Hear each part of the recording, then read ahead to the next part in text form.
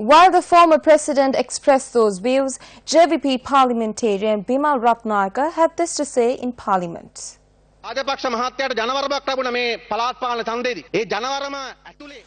Rajapaksa got a mandate through the local government election, and within these groups who gave this mandate are a group of extremists. This is the truth. This is how these extremists got the physical power for all this. They started working against halal after winning the 2010 election. The editorial on the Divina read, quote, "When the Sinhala youth died, 4 Muslim youth were supposed to be arrested and placed in remand. It did not happen," unquote. We are not speaking on behalf of the police. We have a number of outstanding issues against them. I request this be entered into Hansard. This was published on the 22nd, and by the 23rd they were arrested and 1 person was placed in remand. By the 24th, 2 others were remanded. There is an opinion that goes to the public that even though the Sinhala youth was murdered, the culprits were not arrested, and this is why the Sinhalese did this. These ministers of law and order, the Prime Minister and President, do not feel about the common man. These lies that are being used to incite racism should be highlighted. MP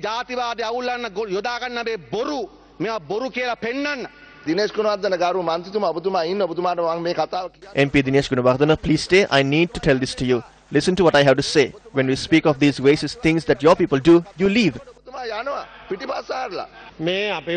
I am saddened that these learned individuals are criticizing us personally.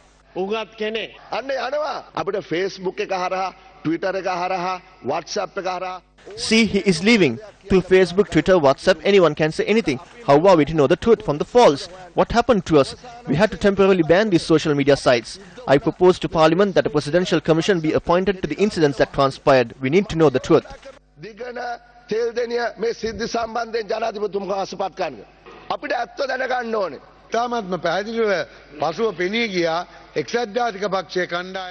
It was clear to us that UNP groups were behind the incidents that transpired in 1983.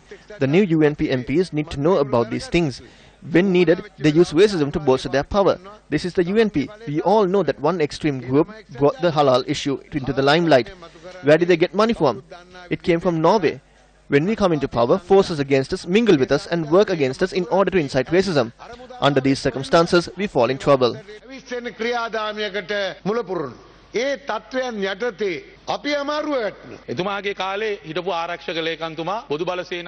former Defence Secretary worked hard to protect the Budubala Sena during his time in office.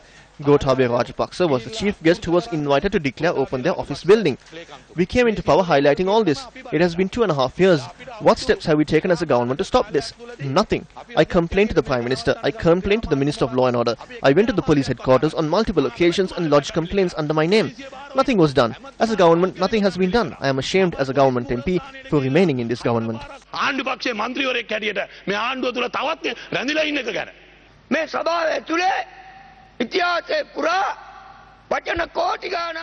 Throughout history in this chamber, we have used the words national reconciliation on thousands of occasions. However, the people who speak of these things on stage get off the stage and say something completely different. This is the truth. If Sinhalese and Muslims are killed because of their religions, what type of country have we created? We should all be ashamed. There is no use in pointing fingers at each other. Isn't this the ground reality? We are responsible for each teardrop that falls as well as each drop of blood that is spilled. We are all responsible. We made temples, covils and churches, but we didn't make proper human beings.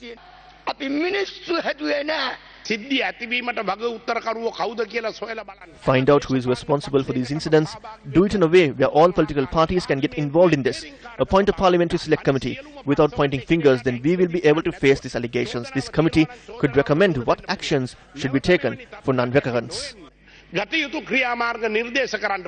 We are headed fast for the precipice once more.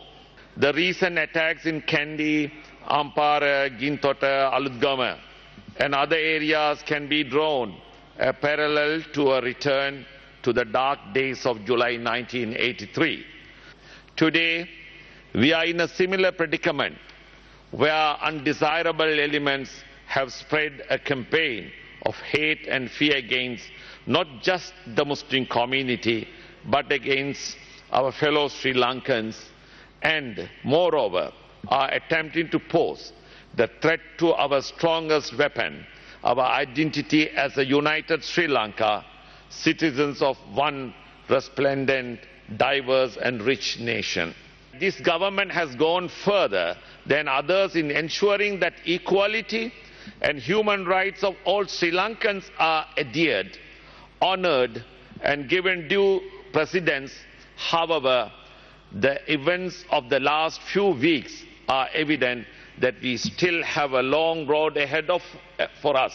Looking ahead, we should brace ourselves to face the unfortunate after effects of Kandy, its economic setbacks and the divisive agenda that could follow. It is very obvious that these incidents are not isolated incidents, but are acts that are being carried out in a conspiratorial manner by organised faction. Although on the surface it looks as if the violence is unleashed against Muslim community, it should be made clear that myriad sinister motives in fact exist in the interior.